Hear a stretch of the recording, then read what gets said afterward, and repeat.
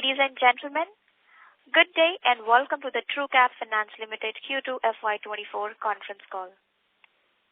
As a reminder, all participant lines will be in the listen-only mode, and there will be an opportunity for you to ask questions after the presentation concludes. Should you need assistance during the conference call, please signal an operator by pressing star followed by 0 on your touchtone phone. Please note that this conference is being recorded. At this time, I hand the conference over to Ms. Purvangi Jain from Valorem Advisors. Thank you, and over to you, ma'am. Good morning, everyone, and a warm welcome to you all. My name is Purvangi Jain from Valorem Advisors. We represent the investor relations of Trucap Finance Limited. On behalf of the company, I would like to thank you all for participating in the company's earnings call for the second quarter and the first half of financial year 2024. Before we begin, a quick cautionary statement. Some of the statements made in today's Concall may be forward-looking in nature. Such forward-looking statements are subject to risk and uncertainties, which could cause actual results to differ from those anticipated. Such statements are based on management's beliefs as well as assumptions made by and information currently available to the management. Audiences are cautioned not to place any undue reliance on these forward-looking statements in making any investment decisions. The purpose of today's earnings conference call is purely to educate and bring awareness about the company's fundamental business and financial quarter under review. Now I would like to introduce you to the management participating with us in today's earnings call and hand it over to them for their opening remarks. We have with us Mr. Rohanjit Singh Juneja, Managing Director and Chief Executive Officer. We also have Mr. Sanjay Kukreja, Chief Financial Officer, Mr. Sumit Khanna, Head of Digital Credit Product, Mr. Gaurav Bhargava, Head of Gold and Branch Business. Without any further delay, I request Mr. Rohanjit Singh Juneja to start with his opening remarks on the financial highlights. Thank you. Thank you, Purvangi. Welcome to our earnings call today. Before we get into the earnings comments and our strategy going forward, I am very pleased to tell you that Trucap's board has approved an equity infusion of rupees 1.68 billion in a combination of warrants and compulsory convertible debentures to Zeal Global Opportunities Fund and Nova Global Opportunities Fund, along with a few existing investors of the company. This equity infusion will bolster our net worth to over 4 billion rupees and bring down our leverage to 1.2x from an already low 2x. This will enable continued robust growth in AUM, especially with our existing and potentially new co-lending partners, which should hopefully enhance earnings growth in a faster and swifter manner. Now coming to our quarterly earnings results.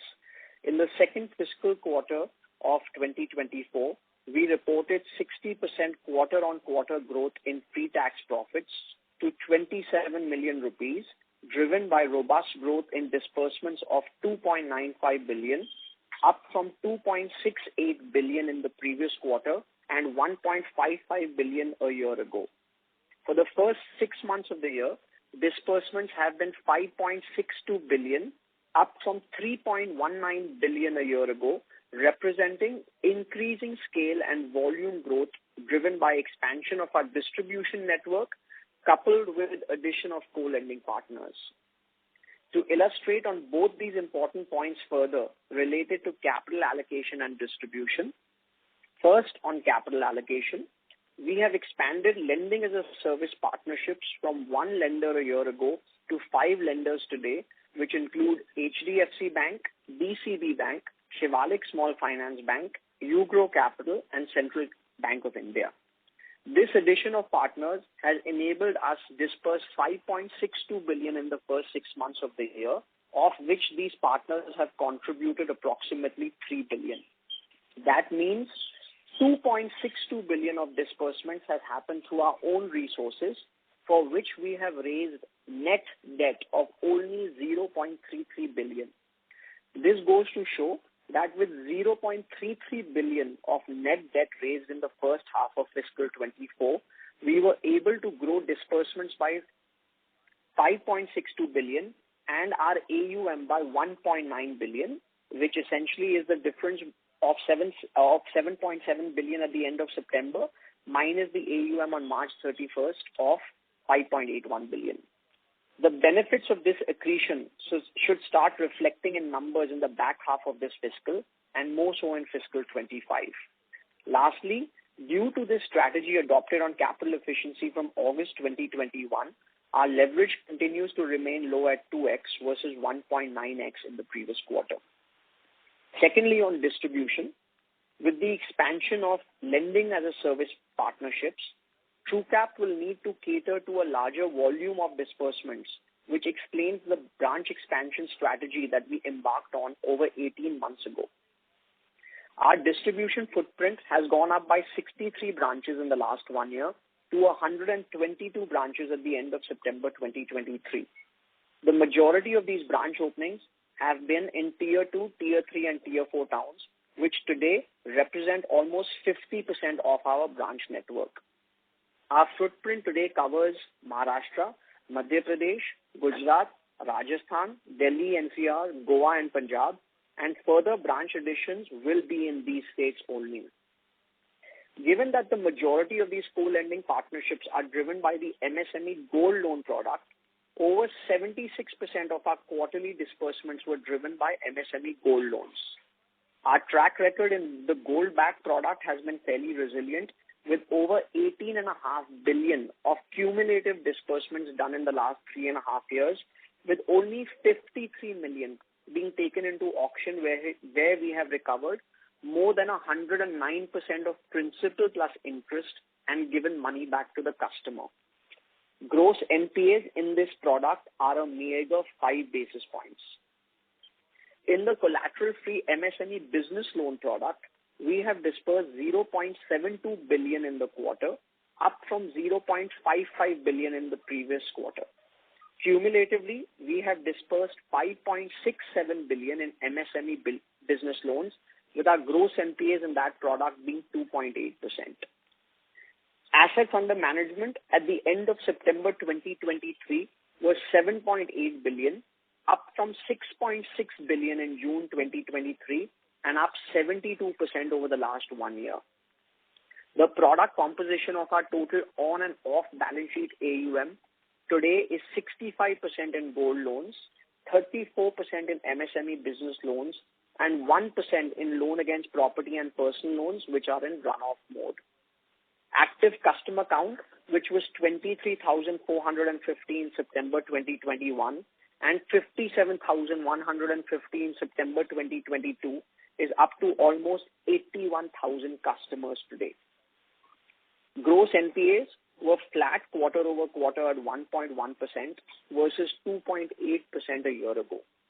This improvement year over year has been driven by a relentless focus on resolving legacy LAP and personal loans, which last year contributed to almost 60% of our total gross NPAs. Today, only 11% of our NPAs come from legacy LAP and personal loans, which are also in the process of being resolved by the end of this fiscal year. Collection efficiency in the gold loan product is well north of 200% due to prepayment, repayment, plant closures, etc. While for the business loan product, collection efficiency has ranged from 92 to 95% since September 2022. On the net interest margin, which came in at 5.5%, still lower than our desired range of 8%, a few things have happened. One is due to the rate hikes being passed on to us from June 2022 onwards, we have seen margin compression. Secondly, incremental funding cost that had come down in the June 2023 quarter has been flat since then, which resulted in lack of improvement in the NIM in the September quarter. To improve NIM going forward, the company is writing more business with lending as a service partners, which gets funded at a fixed hurdle rate to the partner. Coming on to cost to income, which we are looking to improve through productivity and tech enhancements. We dispersed almost 40,200 loans in the September quarter versus 35,000 loans in fiscal 1Q and 22,600 loans in September 2022. This means we have averaged close to 442 loans made per working day in the previous quarter, versus 380 loans in the June 2023 quarter and 248 loans a year ago. Almost 48% of our branches have broken even, and we expect this number to go up to 65+% in the current fiscal.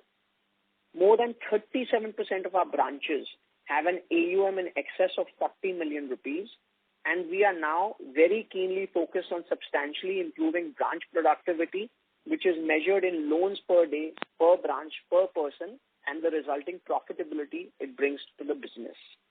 As mentioned on the prior call, the pace of increase in adding new branches will be slower for the rest of fiscal 24, and OPEX as a percentage of AUM should decline in the last quarter of this fiscal and in fiscal 25. Furthermore, with several other initiatives being undertaken by the company to substantially enhance business volume through tech enhancement, our cost to income should start to see material improvement in fiscal 25. In conclusion, we want to wish everyone a very happy Diwali and now open the call for questions and answers. Thank you. Thank you very much, sir. Ladies and gentlemen, we will now begin with the question and answer session. Anyone who wishes to ask a question may press star and 1 on their touchtone telephone. If you wish to remove yourself from the question queue, you may press star and 2. Participants are requested to use handsets while asking a question. Ladies and gentlemen, we will wait for a moment while the question queue assembles.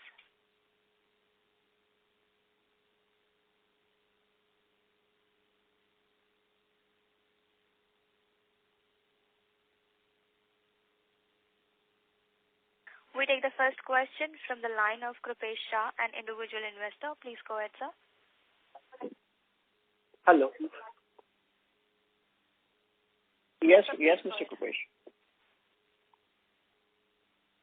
Hello. Yes, sir. Yeah. Good morning, sir. Thank you for giving the opportunity. So my question was about the gold loan. So gold loan has increased over 60% of our loan book. So, and also about the co-lending, is it a big part of our book going ahead? And why there are lower margins and growth is low for the company overall? So on gold loans, that's 65% of the total AUM, which includes the on plus the off balance sheet. In terms of co-lending today in terms of writing business, it's gone up to about 39% of total AUM. And this number will go up to about between 42 to 45% by March 2025. I don't think growth has slowed down. Growth has actually been fairly resilient. We are being selective about the kind of business that we want to write. So, for example, in the months of September and October, gold traditionally becomes more competitive because of Diwali. In those times and in times when gold prices go up in a fairly robust manner, we get somewhat cautious. We don't want to compete at pricing that is not sustainable for the long run, number one. Number two, in terms of gold prices going up, while that's good for the business, that can be very good for lending as well. We tend to be a little more cautious in those times because any kind of exogenous shocks which can lead to a swift decline in gold prices will not be good for the business and more importantly not good for customers. So we tend to be more cautious in those times, due to which September and October have been a little slower than prior months, but that's perfectly fine. In the unsecured business loan category as well, we have made the product much simpler, but at the same time, the selection criteria is fairly onerous. So it's better to write good business, maybe at a slightly lower yield, than to write more voluminous business at a higher yield, where the risk of delinquencies and the risk of provisioning increases at a later stage. Okay, so going ahead, what would be the profitability target of the company? So we would not like to give any formal guidance in terms of profitability, but the idea is to first obviously strive towards getting to a 2% ROA and then further up from there. I think in the last year to year and a half, our profitability has been slightly lower due to the branch expansion that has happened. So as I mentioned in the opening comments as well, we have added more than 65 branches in the last 1 year. In fact, 31 of those branches came in the June quarter itself. So there's a capex and there's a capex and opex cost associated with starting those branches.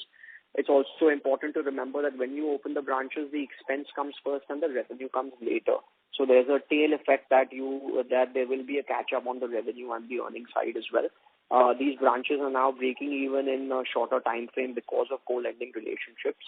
So as more than 48% of our branches are broken even, which we've guided to about 65% will break even by the back half of the year, you should see a good jump in profitability going forward. But we would not like to give a formal guidance on the profit number. Oh, okay, sure, sir. And the last question is about recently we have issued warrants over here, and we have done multiple rounds for this fundraising. So what's the reason and where would be this utilized? And are we expecting more such fundraising rounds going ahead? So I don't know whether multiple rounds. So there's an equity infusion that has been approved by the board yesterday, which is on a combination of warrants and CCDs, compulsory convertible debentures.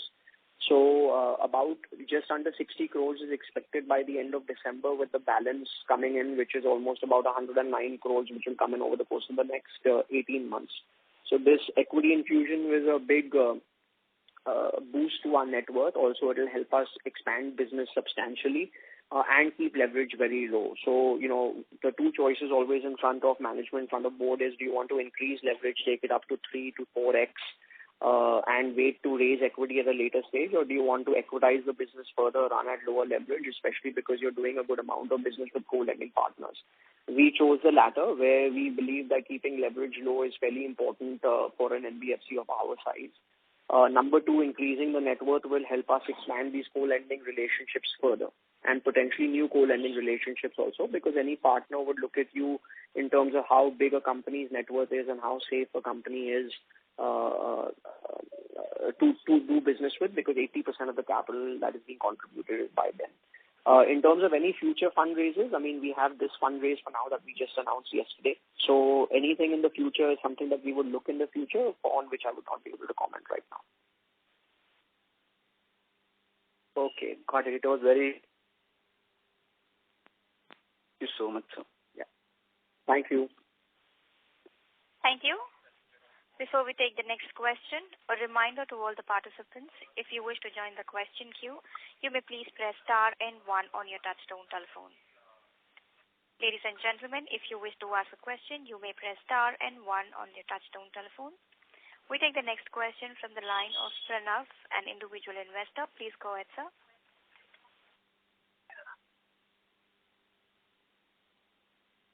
Mr. Pranav, your line is in the talk mode. So hello, please go ahead. am I audible? Yes, sir.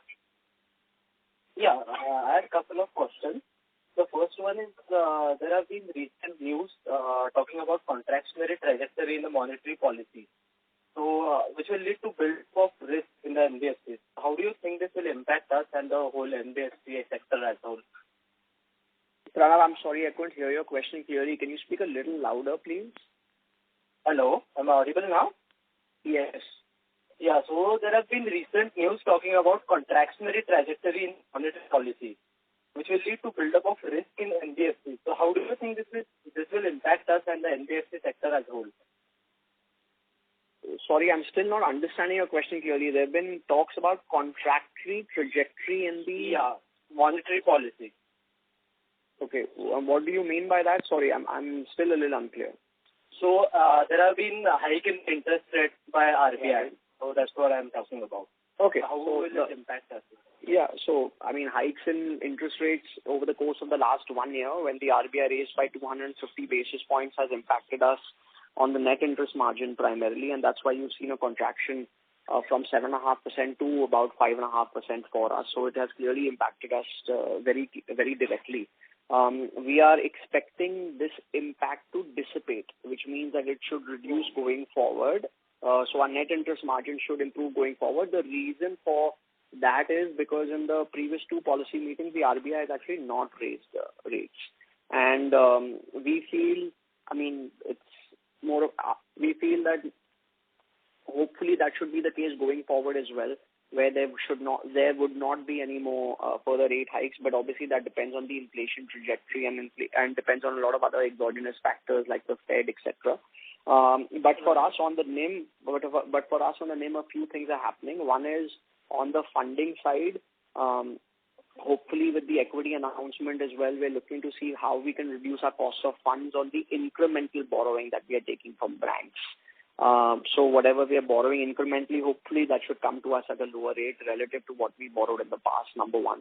Number two is when we are funding more of the business through co-lending partnerships, that funding happens at a fixed rate to the partner. So both these together should help in mitigating NIM compression going forward, and it should help us to improve our NIM profile over the course of the next 12 to 18 months. Okay. Understood. So the next question I have is how do we compete against our other NBFCs and other peers in the sector? Because many other peers are also following the similar trends, like they are also entering into gold lending, etc. So how do we strategize to compete against them? Sure. So, this is a question that almost everyone asks. Firstly, if there was no competition in the space, then either there's something not correct in the space because of which there's no competition. India is a very big market, and rightfully so, there is competition. What I can't speak for other NBFCs or other financial institutions, but for ourselves, what we do is we choose the pockets that we really want to compete in. So, for instance, when we decided we wanted to be in the gold-backed business loan product, we chose the states that we wanted to be in and very carefully calibrated where in those states we wanted to be in based on the demand for the products. So the states that we spelled out, which are Maharashtra, Madhya Pradesh, Gujarat, Rajasthan, Punjab, Haryana, Goa, etc., were the states that we chose. We decided not to go down south because it was more competitive than we wanted it to be. And in these states, then we selected where we wanted to have our branches. So almost 84% of our branches are in Tier 2, Tier 3, Tier 4 towns. We feel we have no differentiating factor being in a Tier 1 town. Tier 2, Tier 3, Tier 4 is where we think we can compete. What we do have is certain products which may be different from some of the competition. And I would not like to spell out all the detail on the products because then we're giving away our competitive edge. Right. And how you assist the customer. I think Tier 2, Tier 3, Tier 4 towns is more about how you assist the customer. Customer service, while it's a very simple word to say, is very difficult to execute. So, there has to be a certain differentiation, which we feel we've done a decent job in the customer experience given to this customer. And how quickly you can provide assistance to the customer as well. You have to also, ensure there's in the gold product, especially this quick disbursement and quick redemption ability as well for the customer. In the business loan product, which is the collateral-free business loan product, there's a lot of documentation that is required. So how you can assist the customer in that and how you can make their life easier so that they can continue with their day-to-day business while they still try to take a loan. I think that is the most important differentiating factor for us. Okay, so understood. Yeah, that was all from my side. Thank you. Thank you. Thank you, sir. A reminder to all the participants, anyone who wishes to ask a question may press star and 1 on the touchtone telephone.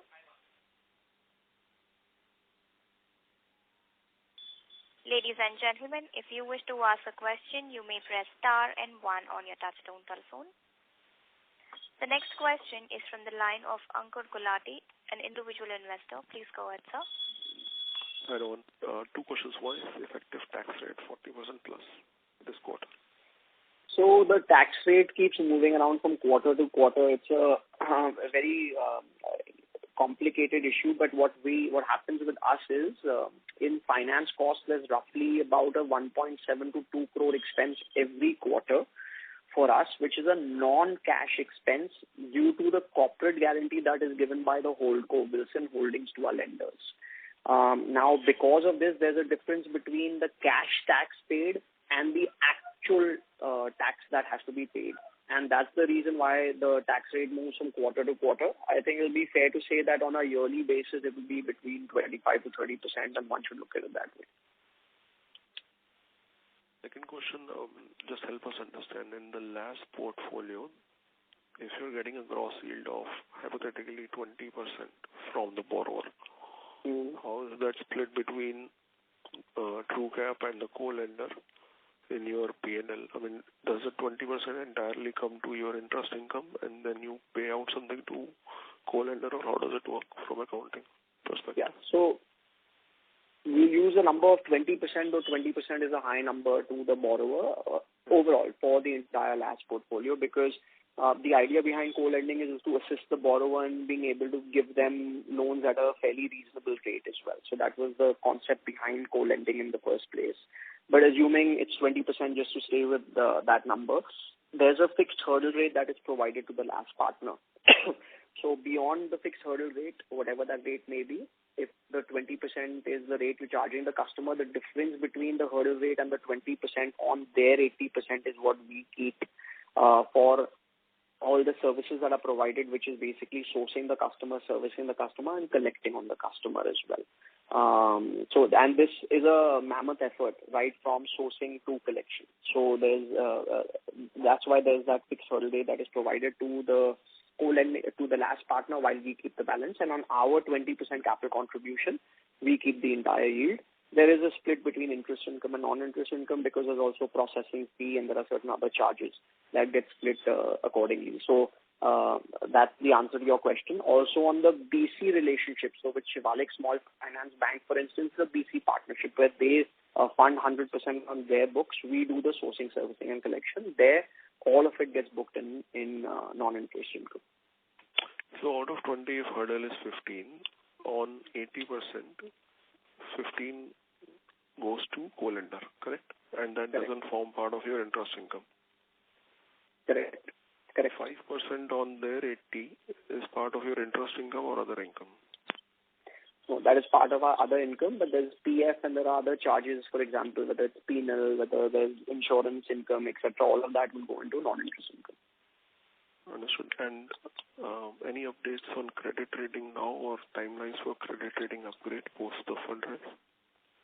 So, I mean, we are BBB plus rated with Informatics. We have a BBB with CARE. We're hoping the rating agencies take cognizance of not just the fact that we have grown the loan book in a very risk-mitigated manner and taken it up from March 2020 when it was 36.7 crores to over 800 crores today. And the split of the book has become a lot safer, where gross NPAs have gone down from almost 5% at that time to about 1.1%. We're hoping the rating agencies take cognizance of the fact and look at and look to see what they can do with our rating. I can't give you specifics on timing. Obviously, that is up to the rating agencies. But hopefully with new equity coming in as well, our debt to equity going down from 2x to 1.2x, that should have a positive impact, hopefully. Okay, so for this quarter, your interest expense is 182 million. Correct. If I take it as average of last 2 quarter borrowing, it comes to 16.4 annualized. Out of which you're saying 18 crores, 1.7 is to promoter. If I knock that off, your borrowing cost is still 15%. So this 15, is that a fair number? No, that is not a fair. Like I mentioned to you, there is that non-cash expense, right, which moves around from quarter to quarter depending on the amount of debt that you raise in the quarter. Incrementally, we raised money at 12.4% in the second quarter. It was slightly lower in the first quarter, which is closer to about 11.9% in the first quarter. And I mentioned that in my remarks as well, that the sharp decline that we saw in the first quarter was not replicated in the second quarter. Second quarter, it was actually up a little bit, and that is, I think, the rate environment globally and not just in India. So incrementally 12.4. Our total cost of funds today are about 12.9%. Which has gone up from 11.9% 12 months ago. And the reason for that is the rate hikes got passed on to us. Our endeavor is to bring this down by about 100 to 150 basis points over the course of the next 18 months. I'll just help you understand 12.9 on current borrowing of, I think, 470. I'm very happy to take that with you offline, Uncle. We can run you through the whole math line by line, no problem at all. I think it would be more appropriate if we take that offline.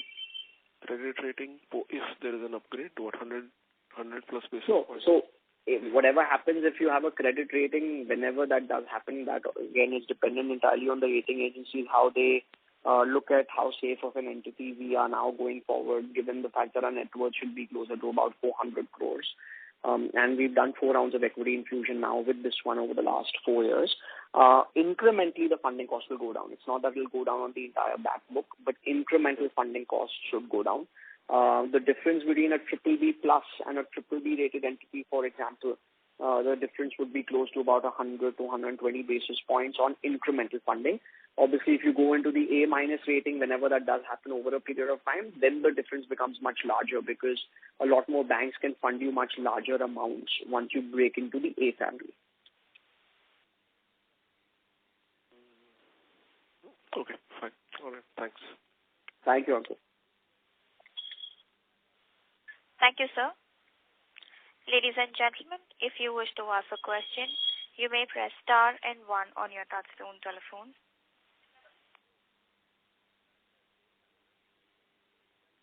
Participants, if you wish to join the question queue, you may press star and 1.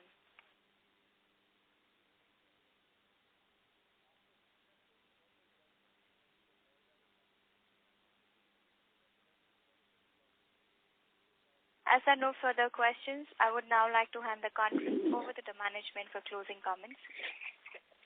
Thank you everyone for joining the call. Wish everyone a very happy and prosperous Dhanteras and happy Diwali. Look forward to talking to you all on the next call. Thank you very much. Thank you. On behalf of Trucap Finance Limited, that concludes this conference. Thank you for joining us, and you may now disconnect your lines.